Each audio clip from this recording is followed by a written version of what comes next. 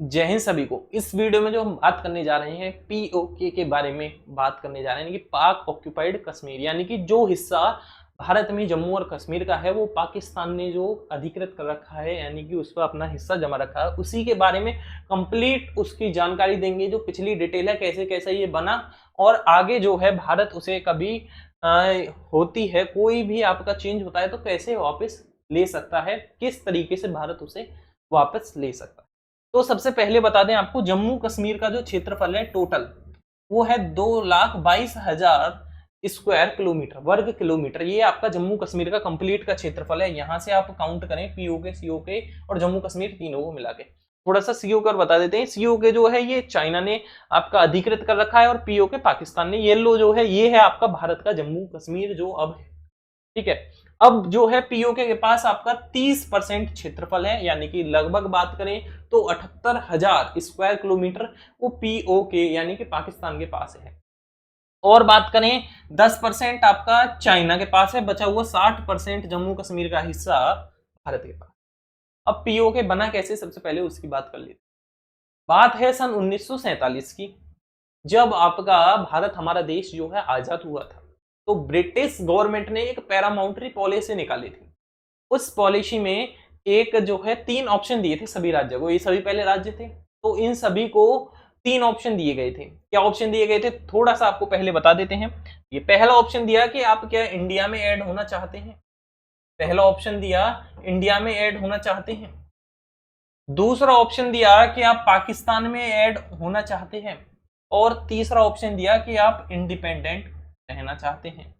ये 3 ऑप्शन दिए कि इनमें से आपको एक चूज करना है कि आप क्या रहना चाहते हैं, ठीक है। भारत में अलग अलग राज्य थे, तो जब जम्मू कश्मीर के उस टाइम आपके जो राजा थे, राजा चल रहे थे वहां पर, राजा थे, उनका नाम था महाराजा हरी सिंह। महाराजा हरी सिंह ये वो राजा हैं। इन्होंने जो है आपका तीसरा ऑप्शन चुना कि हम इंडिपेंडेंट रहना चाहते हैं, हम अपनी खुद की यहाँ सरकार चलाएंगे। तो ये थोड़ा सा, जब आपका सरकार चलाएंगे तो ये जम्मू कश्मीर जब हो गया आपका अलग, नहीं ये भारत में था और नहीं ये आपका जो है अब पाकिस्तान में था, दोनों से बिल्कुल अलग था। अब दोनों से अलग था तो पाकिस्तान ने इसे क्या करा कि ऐसे तो ये देगा नहीं पाकिस्तान। पाकिस्तान ने सोचा ये जम्मू कश्मीर ऐसे तो मिलना नहीं है, इसमें बहुत सारे जो हैं ऐसे ऐसे आपके खनिज हैं और माउंटेन्स हैं और ग्लेशियर्स हैं जो हमारी बहुत हेल्प करेंगे, ठीक है। पाकिस्तान ने सोचा तो इसे कब्जा करें, कब्जा करने की सोची भारत पाकिस्तान ने इस पे। तो कब्जा करने के लिए यहाँ आपको बता दें, ये जो है एरिया आपको बता दें थोड़ा सा उससे पहले, यहाँ तक आपका पाकिस्तान लग रहा था, ठीक है। पाकिस्तान यहाँ आपका रावलपिंडी था, यहाँ देखेंगे यहाँ, और ये पूरा पाकिस्तान था। इधर थोड़ा सा अफगानिस्तान से लग रहा था, फिर आपका जो क्षेत्र है ये लग रहा था चाइना से, ठीक है। ये कुछ बॉर्डर लाइन थी पहले, ठीक है। तो यहाँ पाकिस्तान से लग रहा था तो पाकिस्तान ने ही यहाँ से आपका नक्सलवादी घुसा दिया मीरपुर में, ठीक है, मीरपुर में और मुजफ्फराबाद में। जब यहाँ घुसाए तो यहाँ आपको बता दें थोड़ा सा, और यहाँ आपका श्रीनगर है, श्रीनगर, ठीक है, जो कि भारत में ही है श्रीनगर, वो तो सीधी सी बात है। तो यहाँ से हमला करना शुरू कर दिया, यहाँ से अंदर कर दिए और हमला करना शुरू कर दिया। ये बात कब की है, ये बात जो है आपकी 21 अक्टूबर 1947 की है। 21 अक्टूबर 1947 में यहाँ आपका जो है सिपाही अंदर कर दिए, ठीक है। तो थोड़ा सा लिख देते हैं, आपको सही नहीं लगेगा, ठीक है। श्रीनगर, अब तो बिल्कुल क्लियर है ना। ये था पहले यहाँ श्रीनगर, तो धीरे धीरे वो बढ़कर यहाँ तक हो गए, आपके आतंकवादी बढ़ते गए बढ़ते गए, श्रीनगर से 40 किलोमीटर पहले रुक गए, ठीक है। लड़ाई चलती रही तो वहां के जो राजा थे, राजा हरी सिंह, उन्होंने भारत से मदद मांगी कि हमारी मदद करो। जब आपको बता दें भारत के होम मिनिस्टर श्री सरदार वल्लभ भाई पटेल थे, ठीक है, ये थे भारत के होम मिनिस्टर, होम मिनिस्टर थे उस समय के। तो इन्होंने सीधा जम्मू कश्मीर के जो राजा थे उनसे साफ मना कर दी कि आप जब इंडिपेंडेंट हैं तो खुद लड़िए, हम आपकी मदद क्यों करें।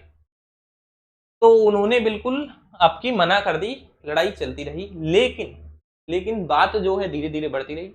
बात आई अब आपका 26 अक्टूबर, 26 अक्टूबर को वहां के जो राजा थे, राजा हरी सिंह, जो राजा थे हरी सिंह, उन्होंने कहा चलिए हम एग्रीमेंट कर लेते हैं, हम बिल्कुल तैयार हैं आपका भारत में ऐड होने के लिए।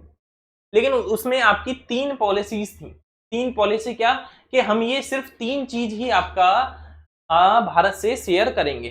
ठीक है, क्या क्या थे वो? भारत से शेयर जब करने को कहा, उन्होंने पहला बताया डिफेंस। ठीक है, डिफेंस पहला। दूसरा कम्युनिकेशन, पहला तो डिफेंस, यानी कि डिफेंस का मतलब है आर्मी। ठीक है, आर्मी आप अपनी जो है जम्मू कश्मीर में भेज सकते हैं, भारत जो है अपनी आर्मी जम्मू कश्मीर में भेज सकता है। और एक था एक्सटर्नल अफेयर्स, एक्सटर्नल अफेयर्स यानी कि हिंदी में बात करें तो वित्त, वित्त यानी कि जो फाइनेंसिंग, जो वहां जो भी था वो फाइनेंस भी आपका इंडिया अब देख सकता है। ये 3 चीज शेयर करा उन्होंने। इस बात का जो है आपका एग्रीमेंट हुआ, जब वो सरकार मान गई, जब एग्रीमेंट हो गया, तो उस एग्रीमेंट का जो नाम रखा था वो था इंस्ट्रूमेंट ऑफ असेसन, यानी कि भारत में प्रवेश करने का, यानी कि भारत में जुड़ना चाहते हैं, वो इंस्ट्रूमेंट ऑफ असेसन था। तो वो एग्रीमेंट करा। जब इंडिया ने फिर अपने सैनिक जो हैं, अपने सैनिक यहां भेजे, जम्मू कश्मीर में तुरंत भेज दिए, और वहां हो गई पाकिस्तान और भारत में लड़ाई, यानी कि वहां के सैनिकों में। और यहां से आपका जो है जो थे तो लेके सैनिक, लेकिन बताए जा रहे थे नक्सलवादी, ठीक है, जो अटैक करा था वो। अब दोनों में लड़ाई चलती रही, चलती रही। अब ये केस तो चलता रहा लड़ाई का, ठीक है, यानी कि एक तरह से इंडिया वर्सेस पाक हो गया। लेकिन बात जब आई 1 जनवरी, ये लड़ाई यहीं तक रही, ये तो एरिया है इस तक ही रही। ठीक है, अब बात आती है 1 जनवरी सन 1948, ये बात थी 47 की, 21 अक्टूबर 1947 को शुरू हुई। ठीक है, चलती रही। अब 1 जनवरी 1947 को जवाहरलाल नेहरू जी ने ये जो इशू था, ये पूरा लड़ाई का इशू कि जम्मू कश्मीर अब भारत में मिल चुका है, ठीक है, वो पेश किया यूएन में, यानी कि यूनाइटेड नेशन, संयुक्त राष्ट्र को पेश करा कि देखिए हमारा जो है ये जम्मू कश्मीर मिल चुका है, लेकिन यहाँ फिर भी अभी भी ले चल रहे हैं। तो यूएन ने आपका आदेश करे कि पाकिस्तान अपने जो सैनिक हैं या फिर वहां के नक्सलवादी हैं, कोई भी उनको अपना वापिस भेजे, कि अपने देश जाए, वो जम्मू कश्मीर को हलाए। ठीक है, लेकिन ऐसा नहीं होता है, ये पाकिस्तान वाले यहाँ नहीं जाते। ठीक है, ट्रूप्स वापस नहीं गए। तो यहाँ फिर जब यूएन नेशन ने कहा कि यहाँ इन्हें वापस भेजें, और फिर कहा, एक और बात कही कि यहाँ प्लेबिसाइट्स करवाएं। यानी कि क्या है प्लेबिसाइट्स, थोड़ा सा बता देते हैं कि यहाँ जो पूरे जम्मू कश्मीर के जो भी व्यक्ति हैं, एक तरह से होती है वोटिंग, लेकिन वोटिंग वो किस तरह की होती है, वो होता है ओपिनियन, वहां अपना वो ओपिनियन दे सकते हैं। ठीक है, कि ये होना चाहिए, नहीं ये होना चाहिए, यूएन ने कहा। लेकिन ट्रूप्स जब वापस नहीं गए तो ये हो ही नहीं पाया कभी समाधान। ठीक है, वहां के सैनिकों की, वहां की जो जनता थी उसकी कभी सुनी ही नहीं गई। ठीक है, अब क्या हुआ, अब यहाँ लड़ाई चलती रही, चलती रही। तो सन 1949 में कराची एग्रीमेंट हुआ। ले ऐसा नहीं है कि यहाँ लड़ाई चली हो इतनी साल, नहीं, यहाँ बंद तो हो गई थी, लेकिन ये पूरा जो क्षेत्र है यहाँ घेर रखा था कि यहाँ से भारत के नहीं जा सकते। क्यों? थोड़ा सा यहाँ ये था कि यहाँ ये था पहाड़ी क्षेत्र, ठीक है, पहाड़ी क्षेत्र था, तो यहाँ जो है जंगल भी थे, तो वहां छुप के रहते, तो ऐसा एक अटैक नहीं कर सकते। खुली जगह पे तो अटैक कर सकते हैं, अब बंद जगह पे अटैक कैसे कर सकते हैं, ये तो ऐसा तो पॉसिबल नहीं है। तो क्या हुआ, एक आपको बताया मैंने कि सन 1949 में कराची एग्रीमेंट हुआ, कराची एग्रीमेंट। कराची एग्रीमेंट में क्या लिखा गया, कराची एग्रीमेंट में जो ये लाइन है, बिल्कुल बॉर्डर लाइन, ठीक है, यहां से ये जितनी भी बॉर्डर लाइन है, इसको जो है सीज फायर घोषित कर दिया गया, सीज फायर घोषित कर दिया गया कराची एग्रीमेंट में। ठीक है, यानी कि ये जितनी भी है, ये पीओके पे जो एंड है उसको सीज फायर घोषित करा कराची एग्रीमेंट। अब यही जो है कराची एग्रीमेंट में जो सीज फायर बनी, कुछ साल बाद जो है एलओसी में बदल गई। कैसे बदल गई बताते हैं। सन 1963 में, जब सन 1963 की बात करें, जो ये क्षेत्र है आपको दिख रहा है, ये क्षेत्र है, इसका जो क्षेत्रफल है वो है लगभग लगभग आपका 5000 वर्ग किलोमीटर, 5000 स्क्वायर किलोमीटर। ठीक है, ये पहले से चाइना ने ऑक्यूपाई नहीं कर रखा था, आपको बताएं। ये जो है आपका जो पाकिस्तान है उसने चाइना को गिफ्ट कर दिया 5000 स्क्वायर किलोमीटर का जो एरिया है, ये पाकिस्तान को गिफ्ट कर दिया। यहाँ जो है आपका काराकोरम ट्रैक्ट, ठीक है, और आपका सक्षम ट्रैक्ट, यानी कि वो तो यहाँ पर है सक्षम, और काराकोरम ट्रैक्ट जो है यहाँ आपको इसको पाकिस्तान को गिफ्ट कर दिए। तो जब गिफ्ट कर दिए तो सन 1972 की बात आती है, ये तो बात हुई सन 1963 में गिफ्ट कर दिए। 1972 में इंडिया की गवर्नमेंट द्वारा इस लाइन को कंप्लीट, फिर इस लाइन को LOC यानी कि लाइन ऑफ कंट्रोल घोषित कर दिया गया। लाइन ऑफ कंट्रोल घोषित कर दिया गया, यानी कि इससे क्षेत्र इधर आपका पूरा भारत का है। लाइन ऑफ एक्चुअल LOC यानी कि लाइन ऑफ कंट्रोल ही रहता है, ये कंप्लीट जो है कवर हो गया, यानी कि एक तरह से बॉर्डर लाइन बन गई। कब? सन 1972 में। अब फरवरी 22 1994 की बात है, 22 फरवरी 1994 की, जहां आपका एक रेजोल्यूशन पास हुआ।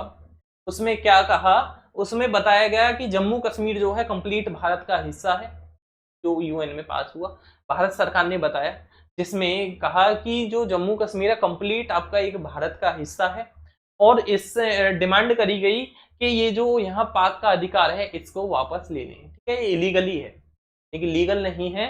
ये जितना भी ऑक्यूपाइड एरिया है ये है इलीगली, लीगल है ये, ठीक है, ये बताया गया। अब ये जो मुद्दा है जभी से आपका चलता आ रहा है, ये तो कंप्लीट कहानी हो गई POK बनने की।